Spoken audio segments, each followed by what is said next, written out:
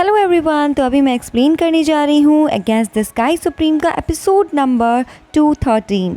तो नए एपिसोड की शुरुआत से पहले हम याद कर लेते हैं कि पिछले स्टोरी लाइन में हमने क्या कवर कर लिया था। तो इसके लास्ट एपिसोड की स्टोरी लाइन में हमने देखा था कि यंग मास्टर युकीन से बात करने के लिए गया था, लेकिन युकीन तो अभी तक लौट के ही नहीं आई थी। इसके बाद सीन चेंज हुआ था और हमने तान्यू और उसके साथियों को देखा था जो बरियल ऑफ गॉड एबिस को पूरी तरह से गार्ड करने के लिए एग्री हो चुके थे। और हमने ये भी देखा था कि तान्यू यहाँ पर अपनी किसी पावर का भी यूज कर लेता है। इसके बाद जुन को किसी बात को लेकर चिंता होने लगी थी, जिसके बाद वो तान्यू से कहता है कि अगर हम पर किसी मॉन्स्टर ने अटैक कर दिया तो क्या होगा। तो तान्यू कहता है कि भाई तुम्हें इसके बारे में चिंता करने की कोई जरूरत नहीं है और बरियल गॉड ऑफ एबिस की जिम्मेदारी तुम बॉस के ऊपर छोड़ दो। इसके बाद शायद तान्यू वहाँ पर दांतों को भेज देता है। अब ये सभी यहाँ पर इटर्नल इमॉर्टल सेक्ट और डिवाइन सोल इमॉर्टल पैलेस के लोगों के आने का इंतजार करने के लिए खड़े हो गए थे, ताकि वे लोग उन पर अटैक करके उन्हें यहीं पर मार सके। दूसरी तरफ हमें यंग मास्टर हुआन दिखाया जाता है, जो अभी भी किसी बात को लेकर काफी परेशान नजर आ रहा था। तभी उसके साथ वाली सिस्टर उससे कहती है कि ब्रदर, जिन यांग तो हमारे सेक्ट का सबसे ताकतवर पर्सन था, जबकि डिवाइन सेक्ट इमॉर्टल पैलेस में तो युकीन के अलावा सियान और जियान क्वांग सबसे ज्यादा ताकतवर है और ये तीनों ही एक साथ में बरियल गॉड ऑफ एबिस को गार्ड करने के लिए गए थे। और मुझे तो इस बात पे यकीन नहीं हो रहा कि वो सबके सब वहाँ पर एक साथ कैसे मारे जा सकते हैं। अब इसके बारे में उन्हें लगता है कि ये काम जरूर हुआन सेक्ट का होगा और यही सोच कर हुआंग को भी काफी परेशान होने लगता है। जिसके बाद वो दूसरी लड़की से पूछता है, तुम बताओ, तुम इसके बारे में क्या सोचती हो। तो वो लड़की बोलती है कि मुझे तो नहीं लगता कि हुआंगको सिटी के लोगों ने उसे मारा होगा, क्योंकि असल में हमारे साथी तो बहुत ज्यादा ताकतवर थे और इसीलिए उन तीनों को एक साथ में मार पाना इतनी आसान बात तो नहीं है। और इसीलिए मुझे तो लगता है कि बरियल गॉड ऑफ एबिस में जरूर ही उनका सामना एक पावरफुल मॉन्स्टर से हुआ होगा और शायद इसी वजह से वो सब वहाँ पर मारे गए होंगे। अब इतनी बात सुनकर वो सभी के सभी काफी परेशान हो जाते हैं। जिसके बाद वहीं खड़ी वो दूसरी लड़की रुयान से कहती है कि मैं बरियल गॉड ऑफ एबिस में जाना चाहती हूँ, क्योंकि मैं वहाँ जाकर इसके बारे में इन्वेस्टिगेट करना चाहती हूँ। लेकिन हम देखते हैं कि युयान उनको वहाँ पर नहीं जाने देना चाहता, क्योंकि वो जानता था कि इस समय वहाँ पर कोई ना कोई बड़ा खतरा तो जरूर है और इसीलिए वो इनसे कहता है कि मैं तुम्हें वहाँ पर नहीं जाने दे सकता। अब उसकी बात सुनने के बाद में ये लड़की अपनी तरफ से तो कुछ नहीं कह पाती। इसके बाद हम देखते हैं कि रुयान इनसे फिर से बोलता है कि तुम लोग अपनी सोल ट्रांसफॉर्मेशन का यूज करो और इसके बारे में तुम क्विन फान को इन्फॉर्म कर दो। जिसके बाद वो अपने साथ किसी को लेकर के बरियल गॉड ऑफ एबिस में चला जाएगा, ताकि हम वहाँ पर इन्वेस्टिगेशन करके अपने लोगों के मौत की वजह के बारे में जान पाए। और इसी के साथ वो ये भी चाहता है कि उसके लोग बरियल गॉड ऑफ एबिस के गेट को गार्ड करें। इसके बात को मानकर एक लड़की क्वीन फान को इन्फॉर्म करने वहाँ से चली जाती है। इसके बाद सीन चेंज होता है और हम यहाँ पे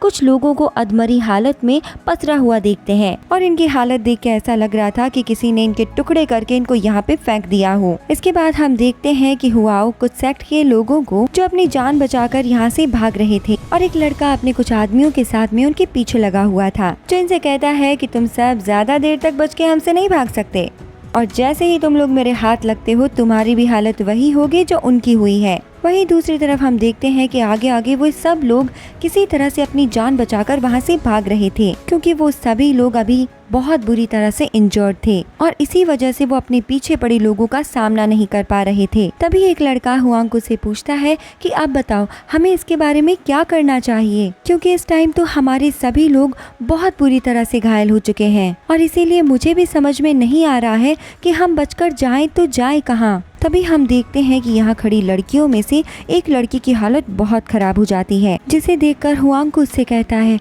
अरे तुम तो बहुत ज्यादा जख्मी हो चुकी हो, तुम एक काम करो, तुम यहाँ थोड़ी देर बैठकर आराम कर लो।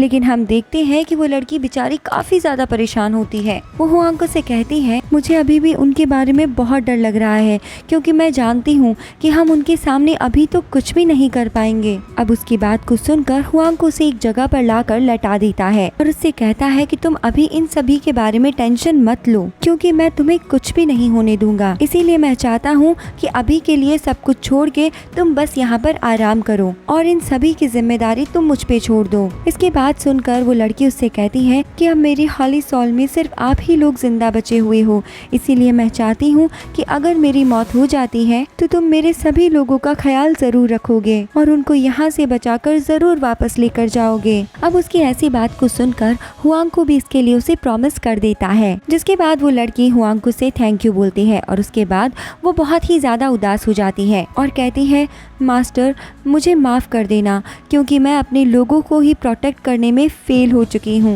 और इसी के साथ में मैं तान यू जियान और मैंग हाई को मारने में भी फेल हो चुकी हूँ। और इतना कहने के बाद ही उस लड़की की यहाँ पर मौत हो जाती है और हम देखते हैं कि अभी भी इनके पीछे वो लोग पड़े होते हैं। ये देखकर हुआंग को direct he burial God of एबिस में जाने का डिसाइड करता है और अपने साथियों से कहता है कि भले ही वहाँ पर बहुत ज्यादा खतरा है लेकिन एक यही रास्ता है, हम अपनी जान उससे बचा सकते हैं। और ये बात सुनकर हॉली सेट के वो स्टूडेंट्स भी उसकी बात को मान जाते हैं और उससे कहते हैं कि हम तुम्हारी बात जरूर मानेंगे। इसके बाद हुआंग को उन सभी के साथ यहाँ से उस जगह के लिए भागने लगता है और ये सब देखकर उनका पीछा करने वाला वो लड़का कहता है कि यंग मास्टर ने हमें इसके बारे में ऑर्डर दिया था, इसीलिए वैसे भी हम बरियल ऑफ गॉड एबिस में जाने ही वाले थे ताकि हम वहाँ पर अपने लोगों की मौत के बारे में पता कर सके। और इसके बाद वो लड़का हंसते हुए कहता है कि ये पागल भी वहीं पर जा रहे हैं और इस लड़के ने उनको मारने का पूरा डिसाइड कर लिया था, इसीलिए वो अपनी स्पीड को बढ़ाते हुए उनका पीछा करने लगता है। वहीं दूसरी तरफ हम देखते हैं कि तानियो और उसकी टीम बरियल गॉड ऑफ एबिस के गेट को गार्ड कर रहे थे, लेकिन काफी टाइम बीत जाने के बाद भी यहाँ पर कोई नहीं आया था। इसीलिए जुन तानियो से कहने लगता है कि हमें यहाँ पर आए हुए 7 दिन से ज्यादा हो गए हैं, लेकिन देखो अभी तक यहाँ पर कोई नहीं आया है। इसीलिए वो तानियो से पूछता है कि हमें और कितना इंतजार यहाँ पे करना होगा। तो उसकी बात सुनकर तानियो से कहता है, तुम इस बारे में चिंता मत करो क्योंकि कोई ना कोई तो बहुत जल्दी यहाँ पर आने वाला है। इसके बाद हम देखते हैं कि वो सभी फिर से यहाँ की गार्डिंग करने के लिए तैयार हो जाते हैं। तभी सीन चेंज होता है और अब हम लू और उसके साथियों को देखते हैं जो आगे बढ़ते हुए इसी ओर आ रहे थे और वहीं 2 लड़कियां बातें कर रही होती हैं कि ब्रदर लू तो काफी अमेजिंग है क्योंकि उन्होंने एटर्नल इमॉर्टल सेक्ट के लोगों को बहुत ही आसानी से मार दिया था। लेकिन तभी लू इनसे कहता है कि तुम लोग ऐसे बकवास बातें करना बंद करो और अगर तुम लोगों को लगता है कि मैं इतना ही ज्यादा अच्छा हूँ तो बताओ फिर मैं ड्रैगन रैंक के कॉम्पिटिशन में क्वार्टर फाइनल तक क्यों नहीं जा सका। लेकिन इसके बाद में इसका उन लड़कियों के पास में कोई जवाब नहीं होता। अब लू उनसे कहता है कि तुम लोग इस तरह से मेरी चापलूसी नहीं कर सकते क्योंकि जिनको मैंने मारा असल में वो काफी ज्यादा कमजोर थे। तभी इसी बीच हम देखते हैं कि यहाँ पर कोई आ गया था जो लू को फैटी नाम से बुलाते हुए कहता है कि तुमने अभी अभी कहा कि वे सब ज्यादा पावरफुल और पॉपुलर नहीं थे, इसीलिए मुझे लगता है कि तुम्हें एक बार तो मेरे साथ फाइट करनी चाहिए और क्या तुम मेरे से फाइट करने के लिए रेडी हो। और ये आवाज सुनकर लू और उसके साथी काफी परेशान हो जाते हैं क्योंकि उन्हें सिर्फ आवाज सुनाई दे रही थी, उन्हें नजर कोई नहीं आ रहा था। और इसी के साथ हमारा ये एपिसोड यहाँ पर एंड हो जाता है। तो फ्रेंड्स अब मिलते हैं नेक्स्ट एपिसोड में, तब तक के लिए bye bye, take care and thank you.